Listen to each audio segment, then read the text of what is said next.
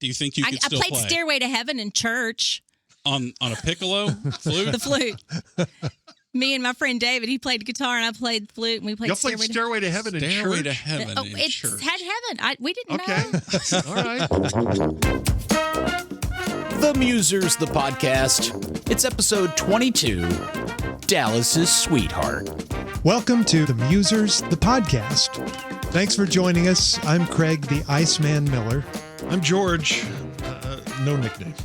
And I'm Gordon George Keith. My nickname's George. It's a little confusing I didn't know for first-time listeners. All right. Really looking forward to this episode. We have a special guest, the leader of one of the most popular sports and performance groups on the planet, and we will begin our visit right after we award the letter of the week. You can email us, themuserspod@gmail.com. And this week, congratulations are in order to Blaze, who sent this letter to us regarding episode 20, which was entitled Amish Sex Robots, where we discussed the future of love and relationships in the new AI world. And Blaze sends this in, and he looks at it from both sides. Regarding Craig's story about kissing the girl at the front door in high school after a nervous first date, and then hearing her and her sister laughing after the door closed, I agree with George that those are important life experiences, but one difference now is that girl might put that laughter or insult or whatever into a text group or social media group, and that text group maybe is mingled with another, so kids run the risk of their failures or embarrassments being instantly broadcast to dozens of people in their peer group. Didn't even think of that. There is something incredibly enriching about human contact, though, Blaze continues. I've gone on many camping and hiking trips with my sons and other adults and their kids. We've gone to beautiful places, but the best part by a long shot is just sitting around the fire at the end of the day and talking about whatever. Nowhere else to go, nothing else to do, no phones, just sitting and talking and staring into the fire for hours. It's just amazing for your soul. Okay, Wow. boomer. Okay, no, he's right. And I've already had a lot of people sign up for the future Amish movement that I'm going to be a part of. Yeah, So. George's new Amish movement. Yeah, it's going to be great. The new Amish, now with less sex robots. That's right. Thank you, Blaze, for that letter. And again, you can email us here, anything you hear on any of our episodes, themuserspod@gmail.com. Okay, on with the show now, and let's introduce today's guest. She is someone that we've all known for a long time. She's a former Dallas Cowboys cheerleader from 1984 to 1989, and then in 1991 was named director of the Dallas Cowboys Cheerleaders, a role she still has today. And she is one of the stars, the star, really, of the hit Netflix series America's Sweethearts, season 2 of that dropping over the summer, the reality series about the Dallas Cowboys cheerleaders. We welcome to the podcast Kelli Finglass. Good to see you. Thank you for joining us. Good morning. Good to see y'all.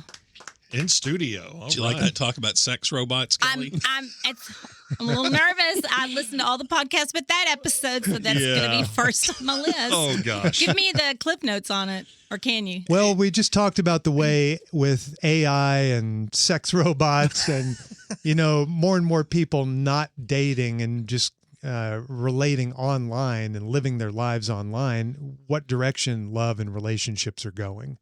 And Gordon has us with sex robots within 5 years. I'm just saying, Kelly, that I think that there's a good chance. We already kind of get used to the fact that we have devices that sexually help us out. Okay. What happens if we put a body back behind the buzzing cylinder that's in the nightstand?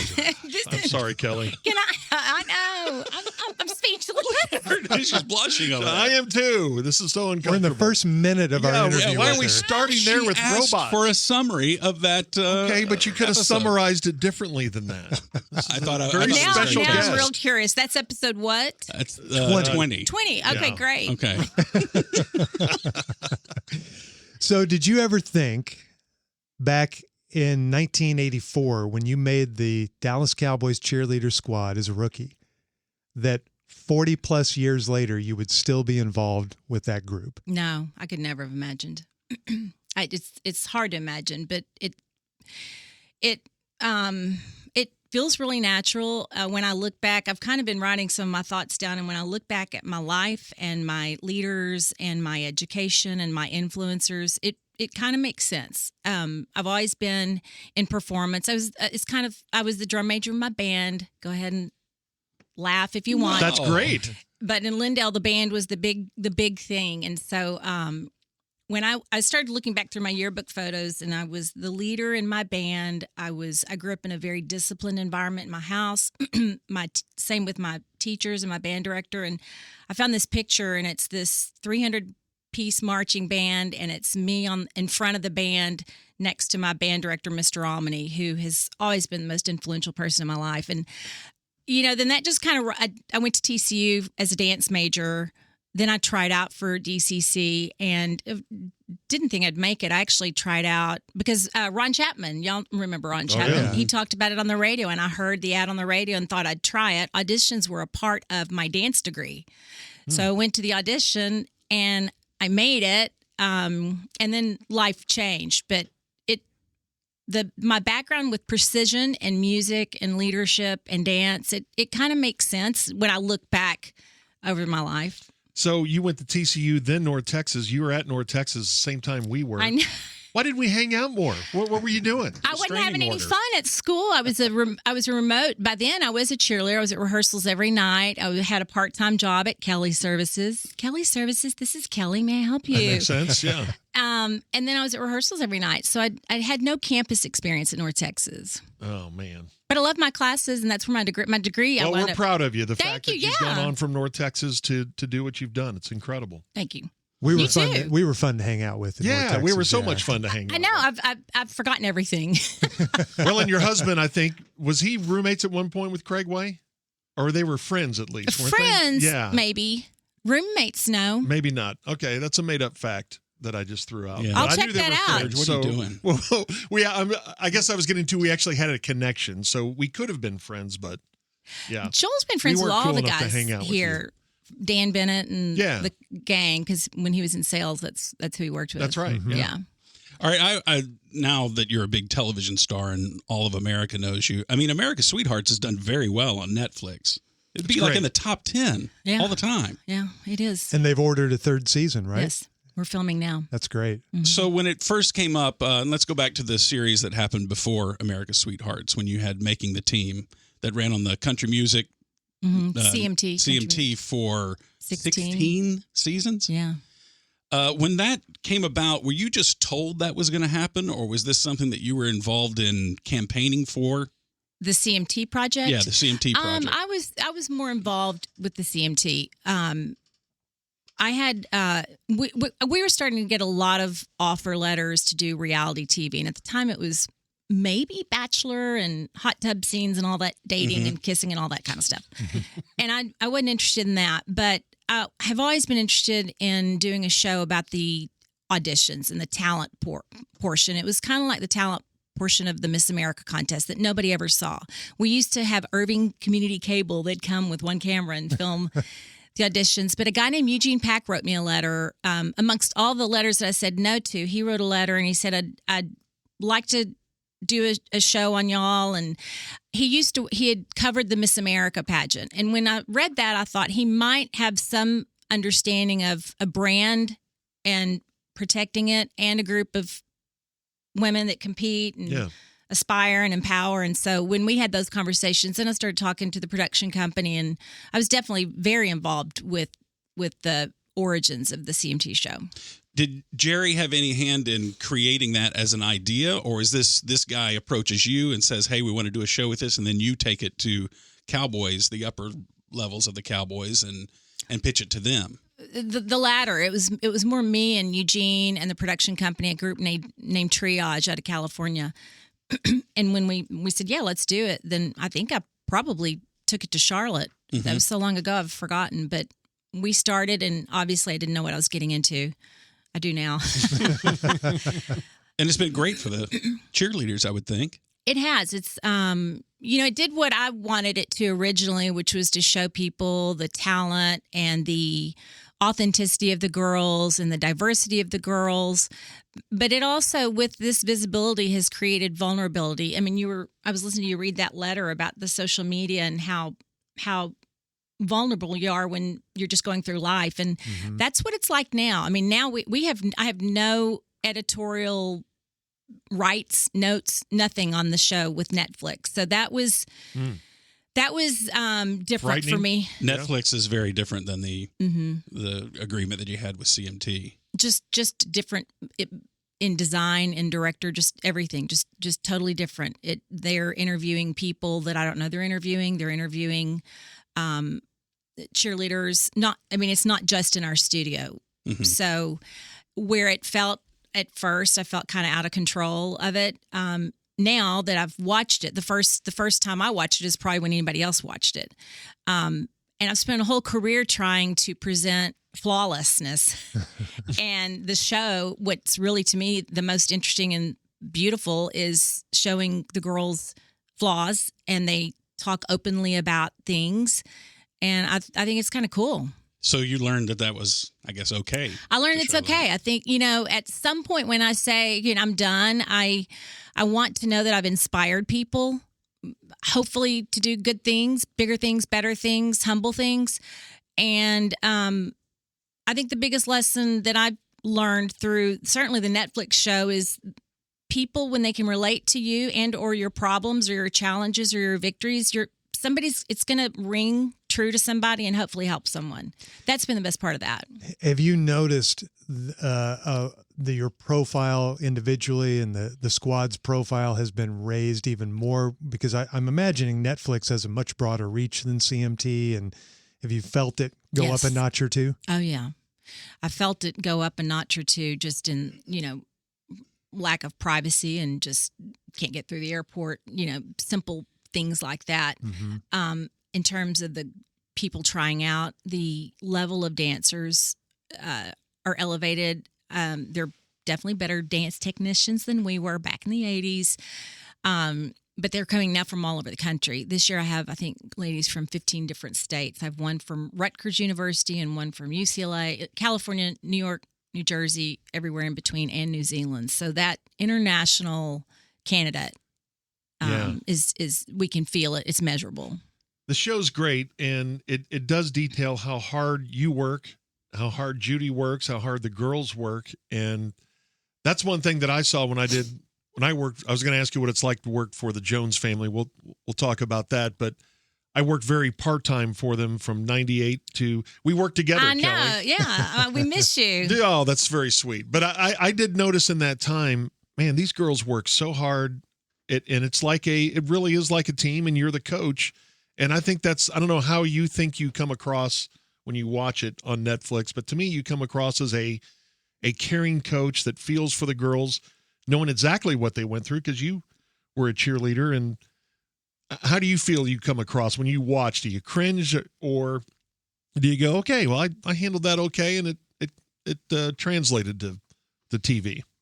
It's hard to, I think it's truly hard to be really self-aware. The first season when I watched the CMT seasons, I was kind of ruthless. I don't like CMT Kelly as much. Yeah.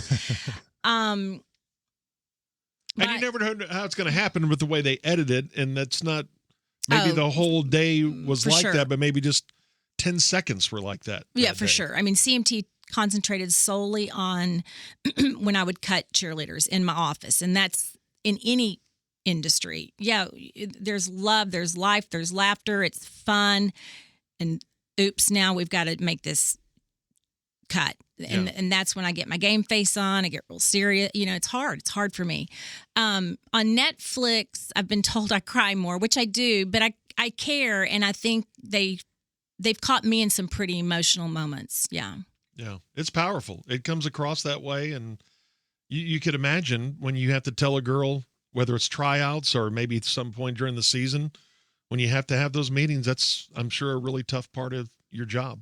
It is. In fact, I've even wondered, y'all probably know better than I do, like who does it for the football team? I mean, it is me flying solo. Every word that comes across my lips is going out to global Like, who does it for football teams? It's usually the head coach. It is the head They coach. get someone to bring him in, and sometimes they'll have somebody from the front office in there too. But that's usually how it goes. You guys remember in Hard Knocks when Bruce Mays used to always bring the guys back. But I don't remember the conversation. Who had it? Yeah, it's usually the head coach. Yeah, when the players saw Bruce Mays coming, they knew that was bad news. Yeah. Bring your playbook. How invasive are the cameras? How much do you think about them? Because they're in all these meetings with you and Judy and the whole staff, or they're, when you call a girl in and you're telling the girl that she's not making the squad, how conscious are you of the camera and just trying to separate yourself from that and do the job? I think we've all kind of grown used to having cameras. It's not as invasive as you would think at all, especially with Netflix. They're definitely more fly on the wall. With CMT, I might be in an office this size and we'd have a guy with a boom mic and 2 cameras, and they're all sitting down on the floor, and here I am talking to a girl, and you can hear one guy eating pretzels while we're talking. Or, it's very apparent that there's 3 men in an office. Excuse me, and me and a cheerleader. But now we just roll. We really kind of do, and they do too. They're great at that. They're very fast. They're not intrusive. We don't wait for the dreaded repo, the repositioning of lights or anything. So I hope it doesn't. I don't think it affects what I say or how I say it. So they don't make you do, okay, that was great. Can you cut her again? We're going to film it from a again. different angle. I had that asked of me once. Oh my gosh. In the CMT, and I was like, absolutely not. But there was definitely a few start and stops. I think one of the funniest moments, because I'm looking at y'all's ceiling, was I was literally across the desk from a cheerleader, and I was releasing her, and a spider, like Charlotte's Web, a spider dropped out of the ceiling, like from the ceiling, and then we all just started laughing. There was nothing we could do. It was terrible. Speaking of Charlotte, that's your main boss. Mm-hmm. How has she changed in the time that you've been working with her? Oh, boy. That's hard to say. I think we've all just kind of grown. I don't want to say grown up, but we've experienced just a lot together. Charlotte's very smart, as y'all know, very smooth. And she guides. She wears a lot of hats, leads a lot of people. She's demanding in a good way. I respect that. But the fun times, the best time I have with Charlotte is when we start going back and reflecting on Thanksgiving Day halftimes, and that's when we work the closest just throughout a whole season. And there's so many live entertainment moments that I've told her, and I've said I'm going to do it, and I need to do it, is just write a T-shirt of all the things Charlotte has said in the middle of a Thanksgiving Day halftime. Shocking things or No. Crazy things like, I know y'all have had fun with our beloved Creed halftime. And For its time, it was amazing. It was amazing. It's the gift that keeps on giving. But we had, of course, Scott Stapp in the band. We had a boys choir from Memphis. We had Silk Flyers. We had dancers, and we were going to do a dove release at the end of the show. And we practice everything. I am a huge preparation and practice kind of person. And we did everything except we couldn't practice pyro and birds. Oh, no. Before the show, because the birds were brought in and they're let out of a box. And then apparently they go fly somewhere and then they get received somewhere else. Yeah, they go home somehow. They go home somewhere. Yeah. Well, these birds went home, but to a different home. When at the end of the show, when we did pyro, some of the birds met their maker. Oh, no. And that's a live show, and we have seconds to get the staging and everything rolled off the field. And I remember, I'll never forget, Charlotte was looking across the field at me, and she just screamed. She goes, "If you see a dead bird, pick it up." Take it to Dad's suite. He'll put it in the turducken. It'll be great. So we were having to help clear the field. Wow. Dead birds. Man, Y'all I had asked never about heard that. No? You remember the Shania Twain halftime when George was front row? No, that was I thought that was a different concert. It was a show at the stadium, but Or was it wasn't. it post game? It was a post-game show. Yeah. And Yes. that was on CMT as well later. and all you could see was my big pumpkin head right in front of the stage because that was back when I was doing PA, and I got to stay for the concert. It was very embarrassing for the station. It was very embarrassing. we're still not. It was all young girls and Big George out there watching Shania That's Twain. fair. It was great. We can all fangirl over Shania Twain. Absolutely. Have any of those guests ever made you like, oh my gosh, I can't believe we're doing a choreographed dance around who? Dolly Parton? Was that intimidating in any way? Or? No, Dolly was adorable, Yeah? and she's everything you want her to be. She's just as cute and prepared, and she's a perfectionist too, and her team around her is the same way. My breathless moment was performing with Queen. That's where I just lost. Oh, wow. Yeah, Queen for sure. Wow. And Casey Musgraves, too. That was a pretty cool moment for Casey, you. I know you like Casey Musgrave. She's awesome. He's big She into is- her. She's so good. Oh, I am too. He forgives her of a lot of things. I really do think she's an incredible singer-songwriter. She is a She's brilliant amazing. singer-songwriter. Yes. She's from East Texas, so I knew her from East Texas. She's beautiful, but her songwriting is, I mean, she's a poet. She Yes. truly is. Absolutely. But Queen, even when we pulled up here, it was at American Airlines, and I was obsessed with Bohemian Rhapsody, just obsessed everything Freddie Mercury. I can't consume enough Queen. And when we pulled down the tunnel and I started just seeing their trunks, the equipment trunks that said Queen, I started losing it. I'm like, okay, I'm in charge here. I've got to keep it together. And when we got there, Roger Taylor and Brian May walked out, and then we were rehearsing with them. And Wow. Judy and I were kind of having this. Well, first of all, it happened like in a week when it really was going to come to fruition. But we had to choreograph, and then I saw these huge, big cascading staircases, and I was like, "Can we dance on those staircases?" Like I'd bring the whole squad. We had to study their show online because we'd never seen the show live, and it was new. It was a new tour, and so they had an idea of what they wanted, and I was like, "Can we just show you what we want to do, and then we'll change anything you want?" And they're like, "Well, what are you going to do at the end?" And we did Fat Bottom Girls, and they I wanted to do Don't Stop Me Now, and then they came back and said, "Would you do Fat Bottom Girls? We think it's kind of cheeky." And so then I had to run that through every scenario of how will we get criticized over this? We could. But anyway, we did it. We showed them. And then Brian May was real. He's exactly like you would think. He is a scientist. He is so specific with his music. And he had his guitar that I recognized from the movie and had always heard about. And Judy was wanting to do one thing, and the music drops, and he basically wanted the cheerleaders to freeze. And Judy was kind of dancing through it, and he goes, "Shall I play it for you?" And I'm like, "Yes." So I've got this. My favorite picture of my career is Brian May, me and Judy are looking at each other like, "What are we going to do?" This is happening. And him saying, "Shall I play it for you?" Wow. I still get breathless thinking about that.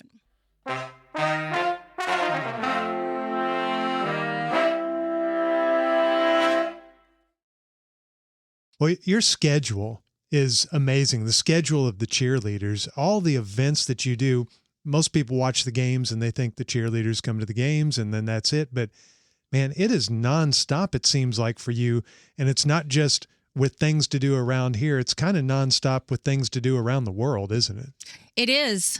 Just for example, last week we're in New York City doing the Kelly and Mark live. This week we're getting ready for, we're going to be filming a music video with an undisclosed artist next week. So we're getting ready for that. We're getting ready for our live Christmas show. We now have a live Christmas show out at the Star.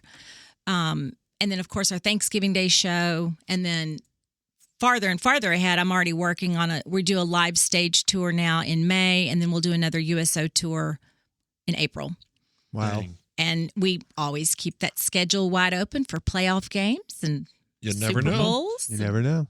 So what is your typical day? And we get that question sometimes, and I know it changes by the day, but do you have a lot of 12, 14-hour days? I do, yeah.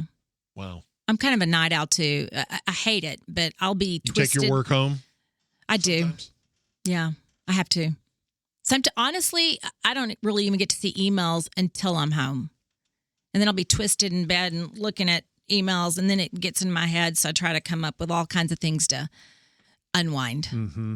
How about that, Gordo? 12-hour days. Yeah, We not worked interested. 3. Not interested in that. I know you guys. Y'all shaved an hour off your show. Hour and a half. Hour and a half. Oh, Hour and a half. I needed that 9 to 10. I know. needed that as a listener. Okay, so outside of Jones' family members, are you like the longest running employee up there now? Me, Judy, used to be Kathy Coleman in the mailroom. Probably one of 3, maybe. That's Yeah. pretty amazing. That's a long time of navigating the Joneses. I've been in the saddle with the Joneses for a long time. Yeah. Was Judy named choreographer the year you were named director? Has she been at it for 40? She was there right before, I thought, right? So Judy was the assistant choreographer, and then when I became director, I named Judy as head choreographer. Okay. Yeah, So, and we're like wow. y'all. I mean, y'all understand long relationships and loyalty, and just being able to read each other's mind. Judy and I can finish each other's sentences. I can look at her across the table, and like that Brian May moment I was describing, we were like looking at each other like, "What are we gonna do? We don't know the song well enough." But anyway, yeah, she's great. So you're on board with obviously all these series that have happened with the Cowboys Cheerleaders, right? Despite your initial reluctance with the Netflix thing because it kind of rubbed up against your control freaky or perfectionist nature. Is there in any way that you feel like the Cowboy Cheerleaders are underutilized? Underutilized? Not now. I mean, no. And are the Cowboy Cheerleaders run as a separate company than the Dallas Cowboys? No, we're a department. I mean, from a business standpoint, we are a part of the Dallas Cowboys Football Club. Mm-hmm. Always have been. One of the things that the Netflix series featured was the pay. Mm-hmm.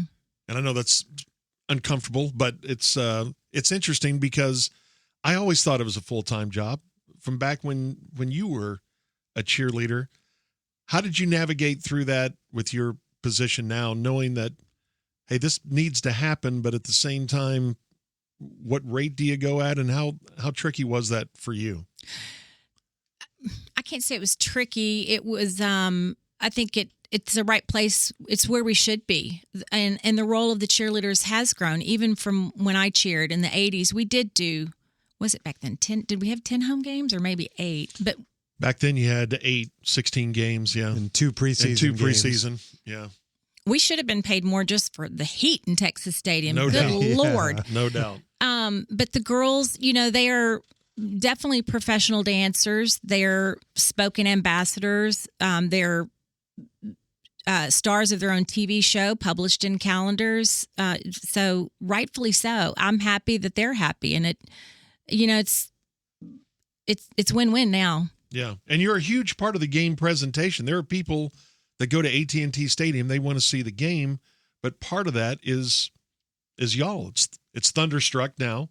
And it's just the whole presentation is a part of why they paid that money for the ticket. And there's a lot of tickets that cost a lot of money. So Yes, there are. I sat in on a survey. The NFL sends auditors to watch everything at every game, from parking attendance to game day entertainment to concessions. And they made a comment, and I don't recall the number, but there was a number that they specifically called out. It was the cheerleaders alumni halftime. And if you haven't seen it, or some former cheerleaders, they all come together, and it's a beautiful show. It's across all decades of the music. So the girls from the 70s dance to 70s music, 80s, and so on and so forth.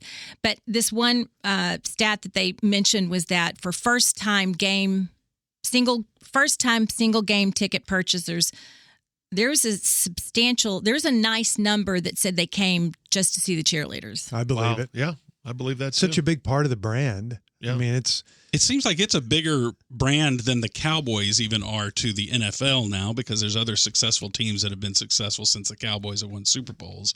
But as far as cheering squads, is there anybody that has a higher profile than the Dallas Cowboy Cheerleaders? Maybe Laker girls would be another Lakers huge... maybe back in the 80s. Do they still 80s, have Paul it? I don't Abdul. even know. Or They may not even still have Laker girls anymore. They do. They do? They do? Okay. But they're not close to the No. brand of the Cowboys Cheerleaders.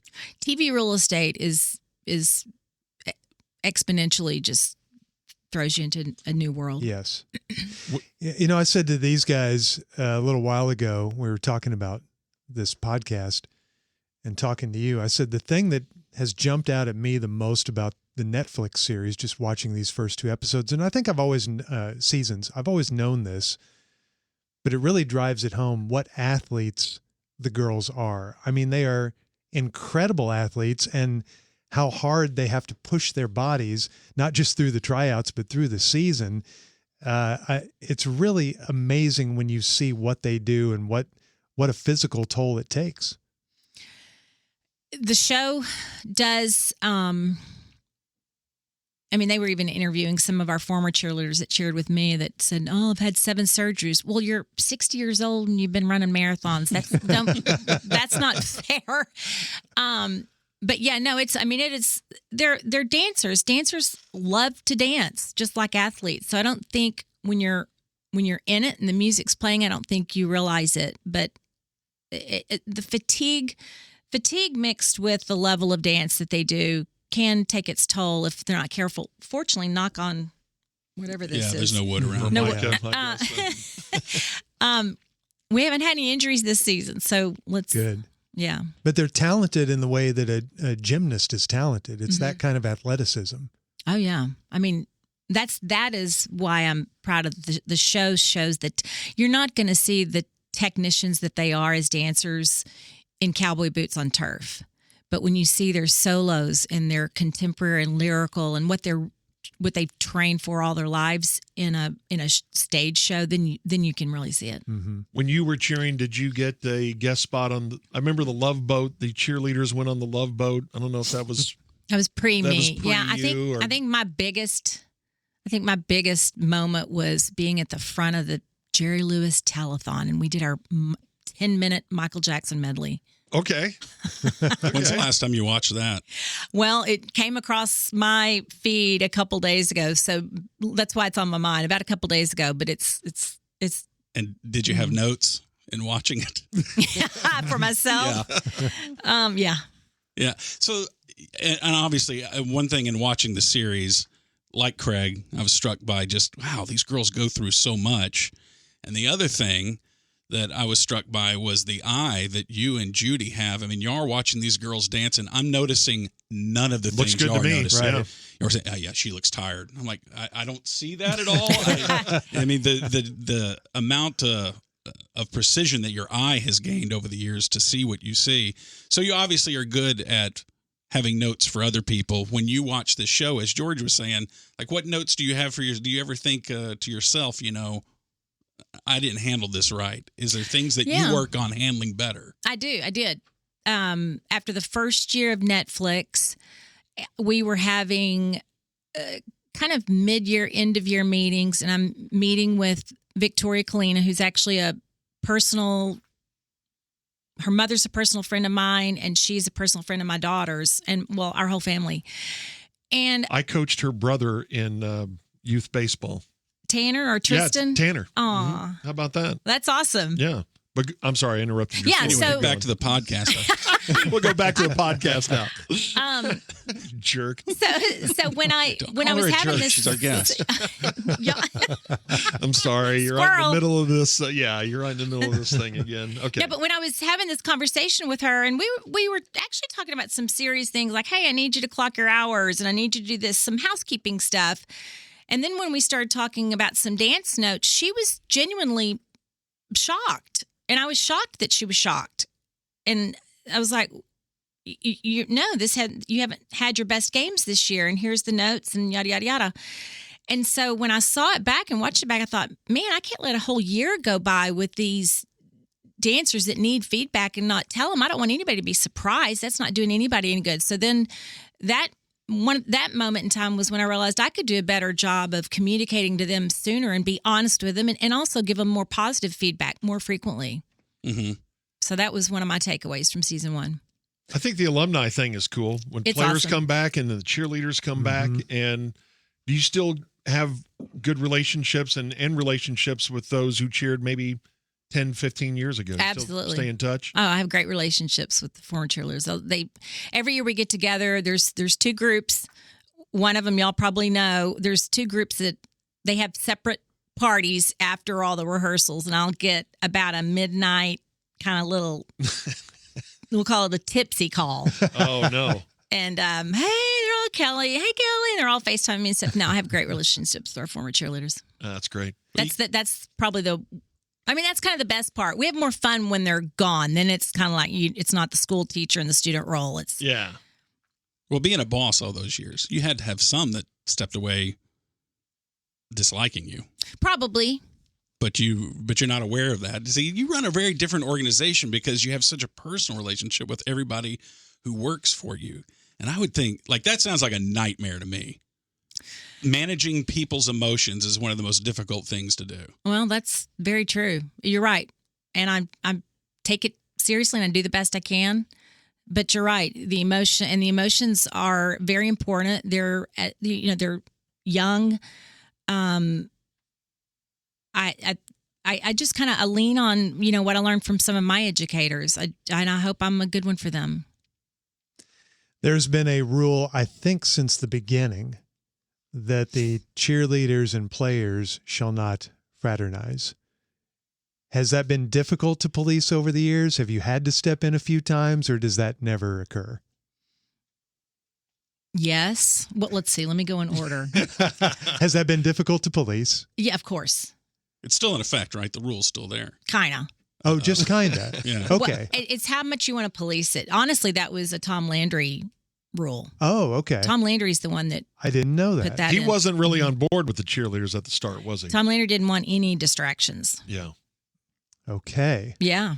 So That was a Tom text Landry thing. started that rule. Yes. Good Yeah. Christian man, Tom Landry. Yes. And Barry Switzer, also a very strongly moral, doesn't like partying between anybody either. So I'm assuming it kept going. There was Jimmy in all there the too, coaches. remember? Yeah. I'll let y'all do the editorial on that. But, But so if you find out that a player and a cheerleader are dating today, do you do anything about that? I haven't found out, so I haven't needed to.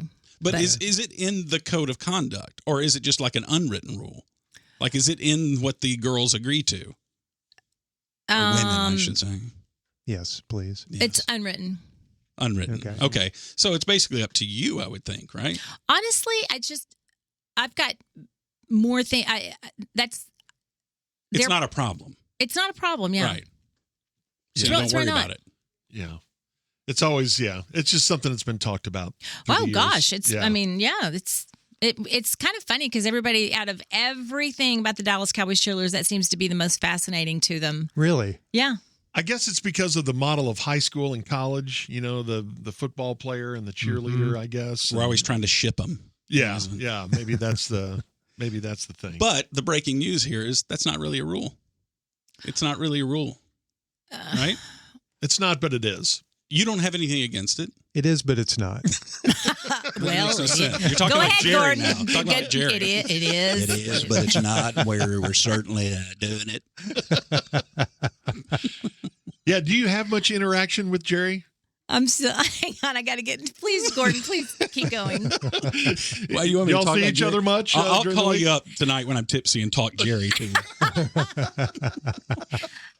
my goodness. You and Charlotte work together a lot, but do you see Jerry that much? Not as much as I used to. I just not as much as I used to. Even literally by the design of our building, and just by the busy nature of everybody. Our dance studio is on one side of the building. We practice at AT&T Stadium. We practice at the Star. Practice at Ford Center. But to answer your question, it's simply not as much as I used to, and not as much as I'd like to. Is the Star an awesome place to call home? It is, yeah. It looks great. It's beautiful. I love Valley Ranch equally. Yeah. Yeah. Jerry doesn't have tours that are coming through the cheerleaders' locker room or anything like that, like he does the football players. No, not at the Star. Okay. At the stadium, the tours do include the cheerleader locker room. In fact, I'm told it's really one of the highlights of the tours. Not when we're there, but during specific hours during the day. Yeah, I bet it is. Well, Jerry needs to have hologram cheerleaders walking around the locker room. Isn't there a hologram Jerry that There is. is at the stadium, right? It's at the Star. It's in our headquarters. Hologram Jerry. Do you There's your do new the voice character. for that, or is it actually No, his voice? it's him. Okay. He Really he's is the Jerry. actual hologram. He's the actual hologram. Oh, here we go. George, have you heard of? I'll be Gordon, have you for the heard rest about of- Tilly, the actress? No. The Yes. AI Oh, actress? Oh, yeah. yeah. We I talked have. about her on the last episode. I yeah. follow her on Instagram. That is so creepy. I know he's creeping on her. See, that's the thing we were talking about. These guys think we're there in like 5 years. That's going to be Gordon's next Yes, girlfriend. I think is in some- 5 years, hologram Kelli Finglass will be Oh, coach of the don't do that cheerleaders. to me. No, AI. There's pictures now. This is the truth. There's pictures that people are like on the sidelines with the cheerleaders. There's been news articles, tragic news articles about me, Judy.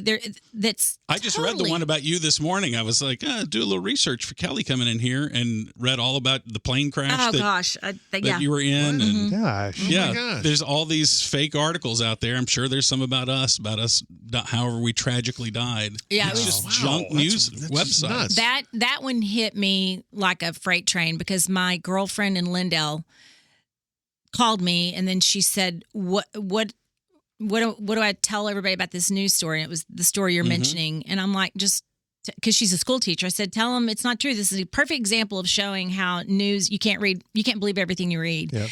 And she was worried about my parents hearing this. Well, my parents aren't on Instagram, so they're not going to hear it. My parents don't even get Netflix, so they still haven't seen that show. The show. They haven't watched it yet. Wow. Not Netflix. My daddy doesn't like smart TV. I Doesn't can want understand Hulu. that. He Are doesn't they in understand it. Lindale? Mm-hmm. Okay. Yeah. Yeah. yeah. Netflix hadn't made it to Lindale Oh, yet. Netflix is there. So is Amazon. But Just not their house. Pat McGonigal does not want. He knows his channels and he likes normal broadcast stations. Yeah. So I don't know if they'll ever see me on this one. McGonigal. That's so Irish sounding. Yes, it is. Do you have a family that still lives in Ireland that you know about? Not that I know about, but I want to do. I've never done the ancestry stuff, Mm-hmm. and I kind of want to, and then I kind of don't. But I should. Why? You don't want to find out that you're related to No, I'm okay the with Irish Jack the Ripper or something? that. No, I'm okay with it. You I are. You would like to be related to an Irish serial Don't killer. treat Kelly like that. What? Treat her I'm like just- you treat I'm me and asking put her. Have you words in her done it, mouth. Gordon? Have you done it? I've traced my ancestry, yes. Traced, but have you done DNA? No, I have No, not we're a done little that. suspect of that. Because Yeah. I think that's a... then you that's just- find out your real surprises. Yeah, they're DNA farming, and I think that they're going to use my DNA to sprinkle at crime scenes. If I send in my DNA to some...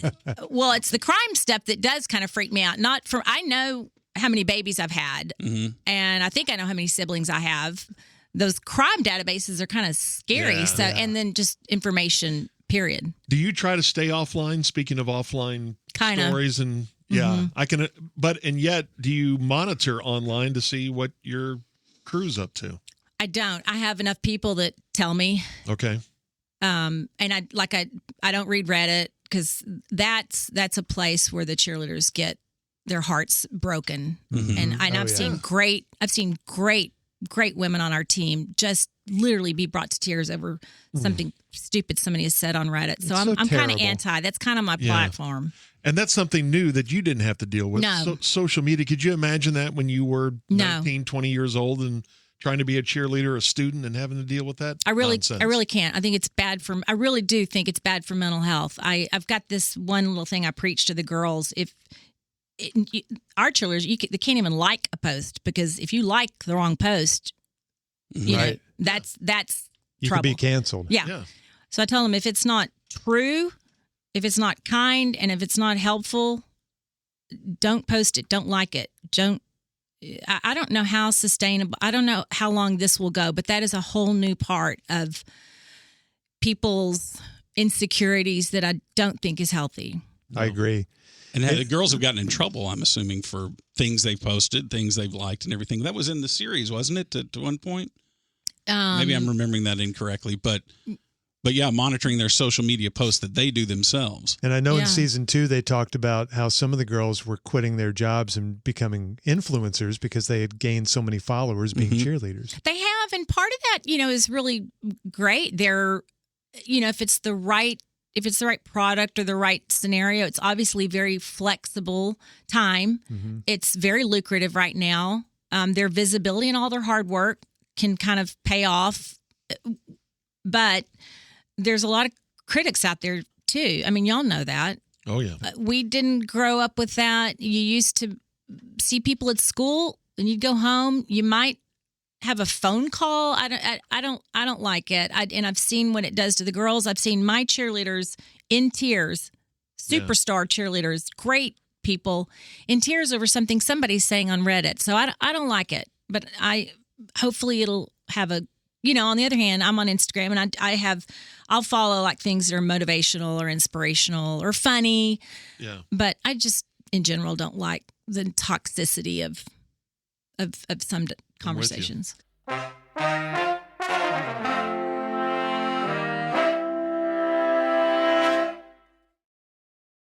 You mentioned Lindale. Yeah. For our international listeners who don't know where Lindale is, small town, East Texas, what was it like growing up in Lindale? Very small town, a four-way stop. I rode a yellow school bus to school. We had a church on each of the four corners. Everybody was at the football game on Friday nights. Everybody was at church on Sundays. It was a dry town. So when you went to a restaurant, it's either sweet tea or unsweet tea. Sure. It's beautiful countryside, and most of the kids' parents worked at Tyler Pipe or were farmers. I tried desperately just to fit in because we lived at Hideaway Lake, which was actually a golf community. So I kind of had to try to fit into. I couldn't be country. The more agricultural. Yeah. Yeah. So we had to ride trail rides, and that was like, oh my God, I got to do a trail ride because I was scared to death of horses. But it was beautiful. I'm very, very. I just love Linda. I love East Texas. Yeah. Are you the star of your high school reunions? Well, I have a rivalry, a good, healthy rivalry with Miranda Lambert. I was about to bring up Miranda. Yeah, she's from Lindale Lindale girl. too. So she has billboards, but I tease her. My picture hung in Catfish Heaven first. Okay, well, yeah, And you got it. we both have a trophy case, literally side by side, in our high school. Have y'all become friends? You and Miranda? Yeah. Oh, that's cool. And Casey's not too far from there, right? Casey's 12 miles down the street in Golden. Quit bringing up Casey Why? Musgraves. Kelly's a big fan. We have that in George, in I'll common. go as far as you want with Casey Musgraves. I couldn't agree with you more. Okay. I'll go as far as you What's want your to with favorite- Casey Musgraves. What's your favorite Casey Musgraves song? Probably Merry Go Round. I just think Which that is, describes Lindale and Mineola to a T. I bet. I thought about that I bet she was writing about small town Texas. What's Where the did- story of a Casey Musgraves on the tour bus? What was that? You stop story? talking. Kelly and I are Remember this? having a Casey moment Remember when right she now. had the bathroom accident? No, I think stop it was on the tour Stop bus? bringing that up. Stop Maybe bringing I that missed up. that. She's had a brilliant career and doesn't need to be reduced to that. What did you think you were going to be when you were growing up in Lindale? What did I think? You asking me? Want? I'm sorry, George. George just pulled his fist back to hit me. Talking to our guest. Stop it. Every little girl wants to be Miss America. Back then, Phyllis George was Another North Texas all girl. that. That's right. I kind of wanted to be a veterinarian because I loved animals, Except horses. except horses, Yeah. small animals. Small animal. There you go. And then when Flashdance came out, I wanted to be a dancer. Oh, we were just Okay. talking about that recently. George, Yeah. your review of that movie? No, that was Flashdance was fine. It was You what was bagged the on other that one too? You bagged on Flashdance and Footloose. Footloose. Oh, Footloose you're no, thinking see, of. Footloose is one of the worst movies we've ever had. No. Yeah. How? See, that's It's kind of just how so Linda corny was. when he mad dances, and he's smoking a cigarette. That's just like one of the worst scenes in movie history. But if you like dancing though, and I'm sure that inspired you. Flashdance inspired me, and the song that was played when I tried out for Dallas Cowboys Cheerleaders was Maniac. Raining Men. no. Oh. Okay, I sang "Raining Men." Okay. Maniac was in my solo, but my improv when they just needle drop was Footloose. Really? Oh Yeah. gosh. Okay. Well, I'm sorry I said all that. So thank I feel you. bad now. That was your inspiration. Was that at TCU where you thought, okay, I can Flashdance do is what this? took me to TCU. Yeah, Okay. absolutely. Were you middle school, high school cheerleader? No, Did I that was in the drum band. major. I was flute, piccolo, Okay. twirler, and drum major. Oh, drum major. That's right. Yeah. So you'd never cheered until Cowboys Cheerleaders. Correct. Wow. Man, did you ever do the crazy drum major thing where they go to the midfield and like do the big back bend or anything? Or That's a different style drum major, but Yeah, Okay. George. that's more of a show band. We were a military precision band like Oh, Texas yeah. A&M. okay, yeah. So, yes, I was in front of the band, and I carried a baton, and I blew the whistles and directed the band for all of our maneuvers. And how Yeah. often do you still play the piccolo? My flute and piccolo are at my mom's house with my little drum major boots. So I don't, but I'd like to. Do you think you could I still played play Stairway to Heaven in church. on a piccolo flute? The flute. Me and my friend David, he played guitar and I played flute, and we played Y'all played Stairway to Heaven in church? Stairway to Heaven in It's church. had heaven. We didn't Okay. know. All right. Was that for a Sunday service? Or Yes, was it the sir. youth thing? Or okay. Mhm. All right. Yep. That's great. I think you need to break it back out and start playing again. Can you play guitar? I would love to. I wish, excuse me, I wish I had learned piano or guitar. You can There's still do it. time. Yeah. There's still time. How old are you? 39? Yes. So I thought. I thanked you at the time, and I wanted to thank you again because 4 years or so when our daughter was born, Kelly very sweetly sent a little Cowboys cheerleader care pack for Sabrina, and it had pom-poms in it. By the way, are they pom-poms or pon-pons? Technically, it's a pom-pon. Mhm. Oh, pom-pon. Pom-pon. Okay. So, but everybody says pom-poms, so just to keep it easy, I say poms. Okay. Yeah. So Smart. the little package had Cowboy cheerleader poms in it. And the other day she came home from her preschool and they had a pep rally at the preschool.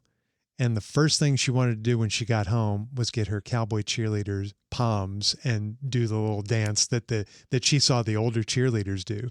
So in 15 years, you may have somebody trying out. Start Wouldn't that recruiting. be something? Will you be doing it in 15 years? I don't know. Have you thought? See, we're starting to get plan? that question too. I know. We'll ask you that How do you question. take You get to that? a Y'all are certain age, you know? just like me. I bet people ask you all the time, when are y'all going to Mhm. retire? All the They're time. hoping. You know what I'm seeing here is a job switch. I'm seeing. Okay, I'm you want to seeing swap? that Do our radio exit from and radio podcasting and and- podcasting is being director of cheerleaders, and you come over and do our job.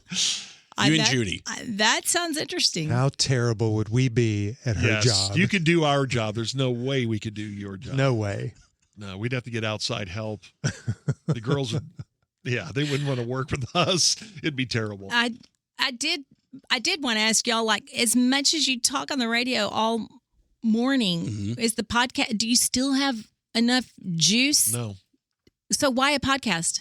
Well, Oh. we've had plenty of juice talking to you today. No, yeah, you Yeah. have. But what's the difference? Is it the commercial breaks and the formatting, and this just gives you Yeah, total- like on Yeah. radio, we couldn't have this conversation with you because we'd only have 6 minutes with Okay. you, let's Yeah. say.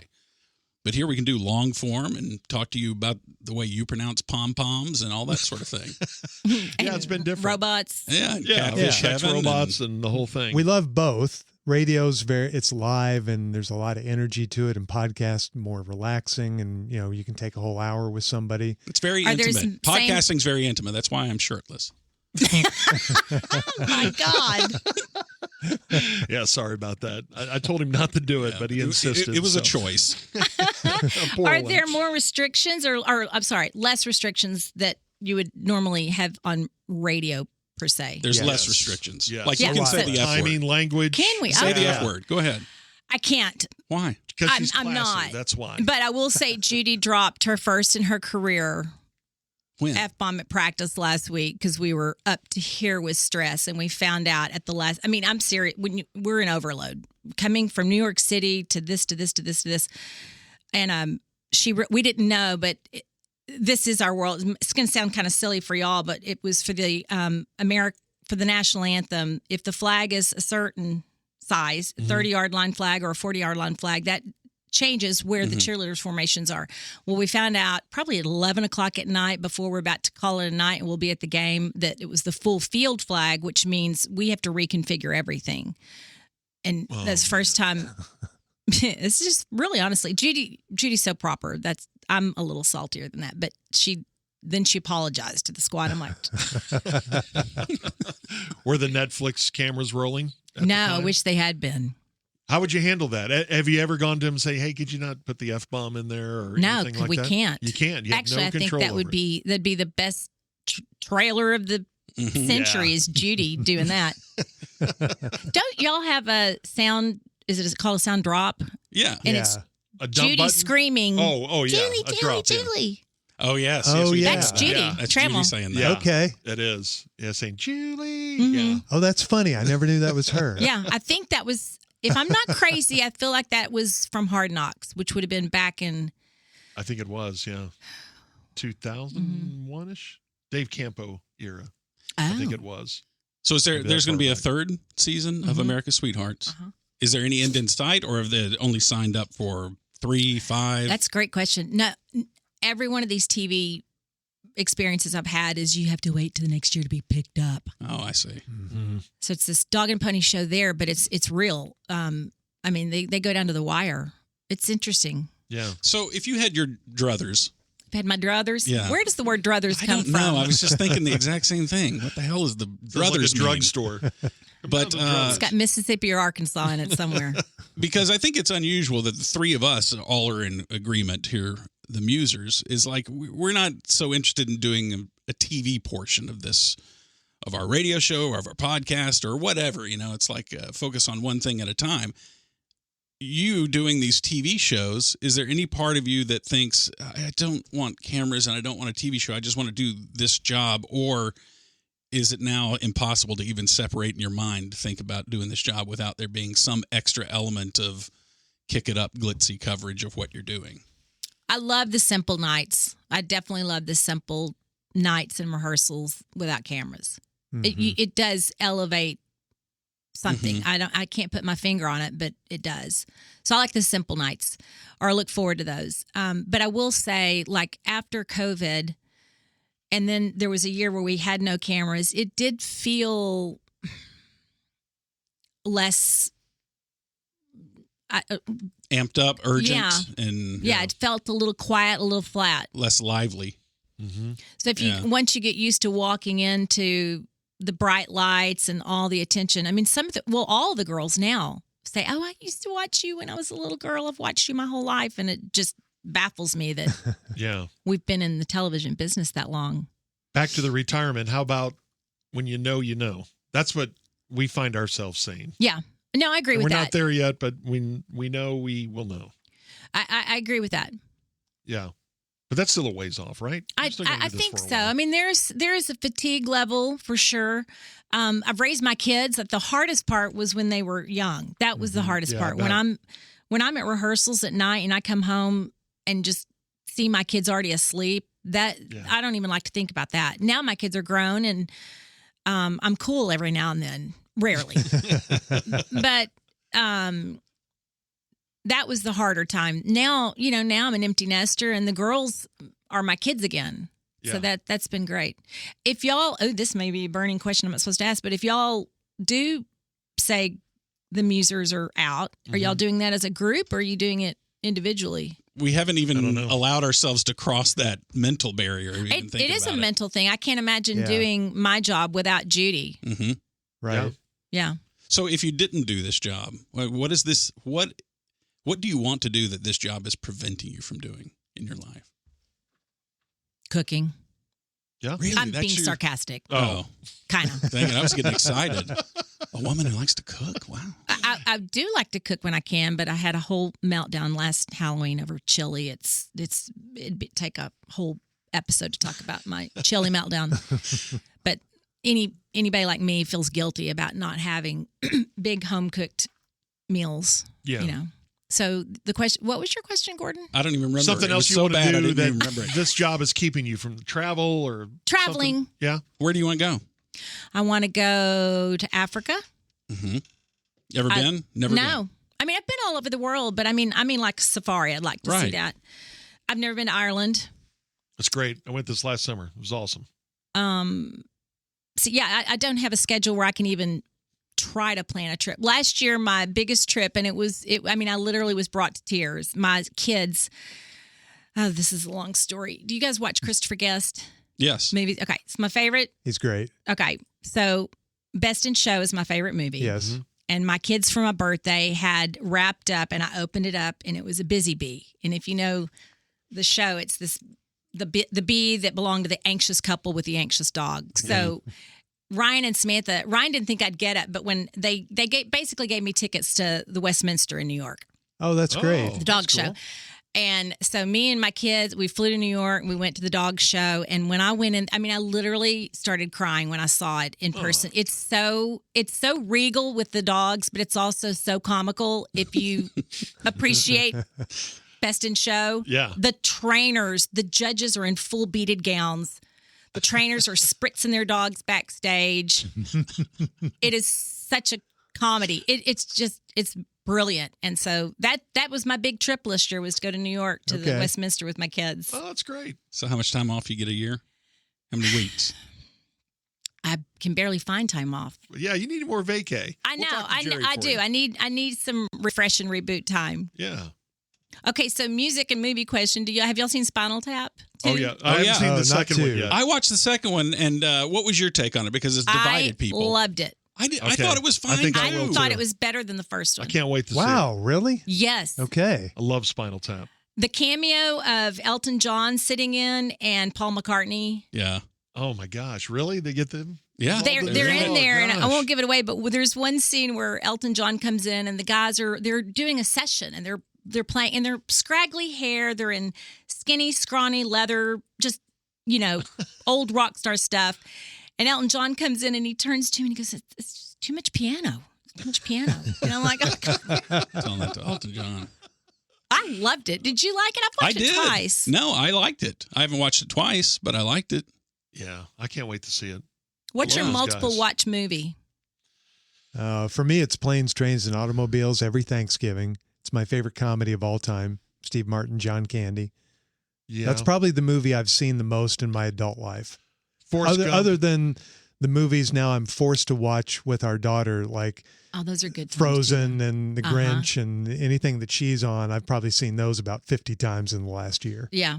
Yeah. Yeah. Mine are kid related too. We always watch Home Alone and Elf every Christmas, but yeah, Forrest Gump is the one I've probably seen Love the it. most. Yeah.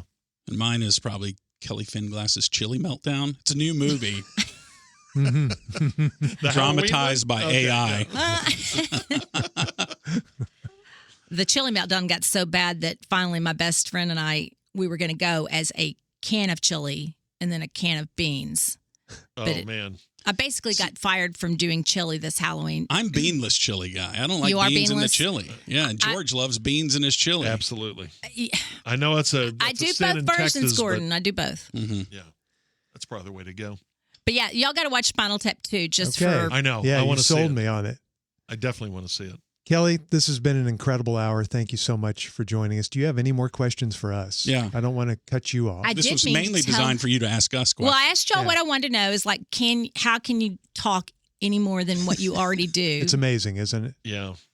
And then I meant to tell you, your entertainment stuff's been great for me. When you talked about adolescence, Yes. I watched it that night. And I Isn't that amazing? Oh, it was hard. The last scene. You mentioned Wow. episode 3 where the kid starts having a meltdown Yeah. with his therapist, Yeah.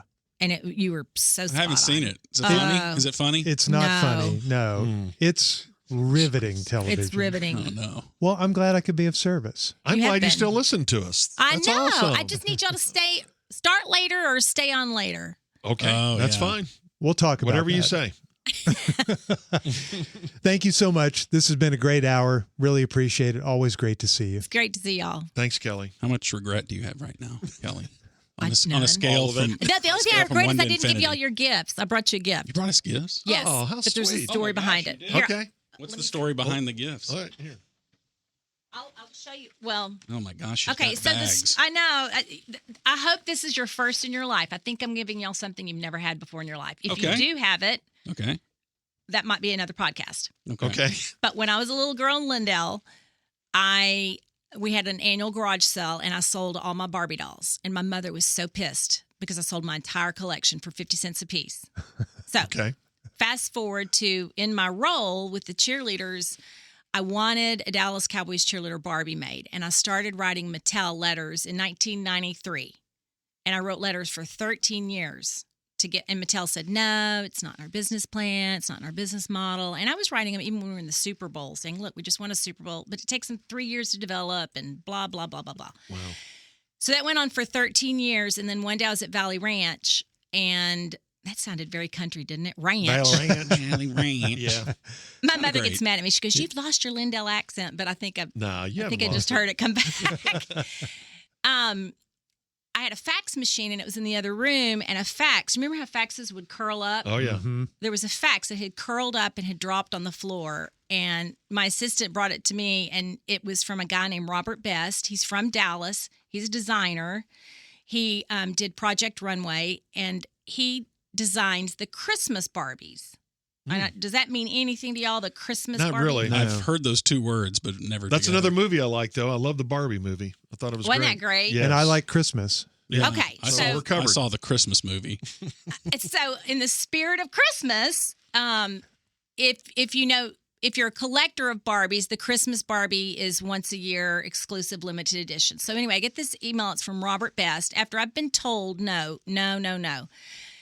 And it was a letter from him to me saying, "Hey, I've watched your show on CMT. I love your uniform fitting episode. I love the attention to detail in the uniform. Would you ever consider making a Dallas Cowboys Cheerleaders Barbie?"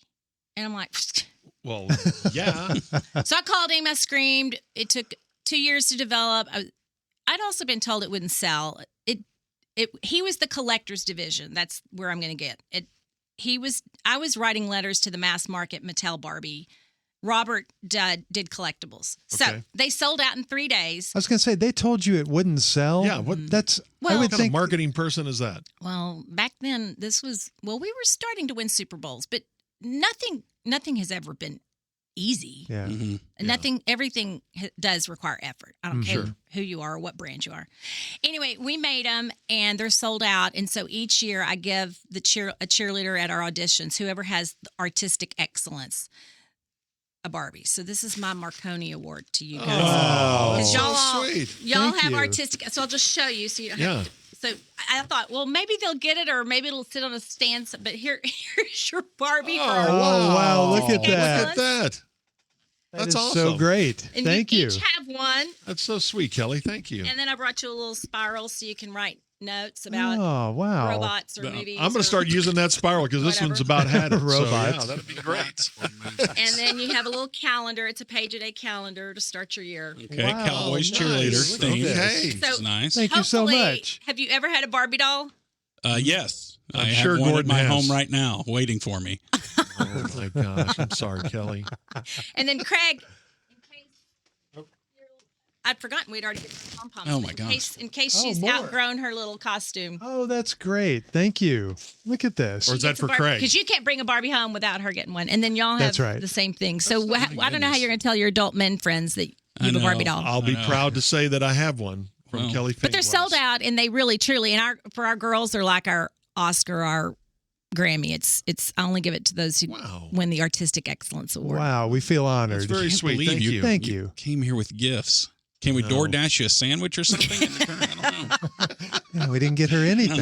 Ah, that's Yeah, terrible. we're Don't terrible. do coffee at it. mugs? No, we don't do coffee. Y'all don't have mugs. any We'll get you some swag? tickets. Yeah, No. we'll get you some Users the Podcast swag. How about that? That'd be great. Yeah, we'll get you a bumper sticker in exchange for all these nice gifts. Do a P1 anything? Oh, yeah. Y'all are We gonna have to we'll get scare you up swag. something. Yeah, we'll we'll scare find you up something. Yeah, we will. We will. If you hang around here after the podcast is over, which it is, then we will get you a T-shirt. Yeah, how about that?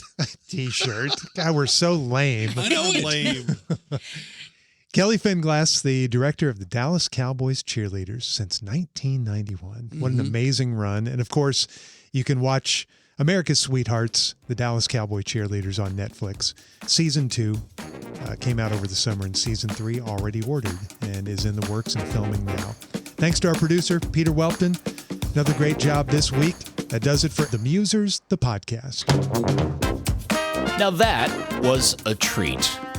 Thanks also to Jordan Van Duding from Dallas Cowboys PR for helping get this organized. Couldn't have done it without her. If you'd like to reach out to the Musers just to say howdy or have it considered for email of the week, you can do so themuserspod@gmail.com. Thanks for listening. The Musers, the podcast is a Tired Head production.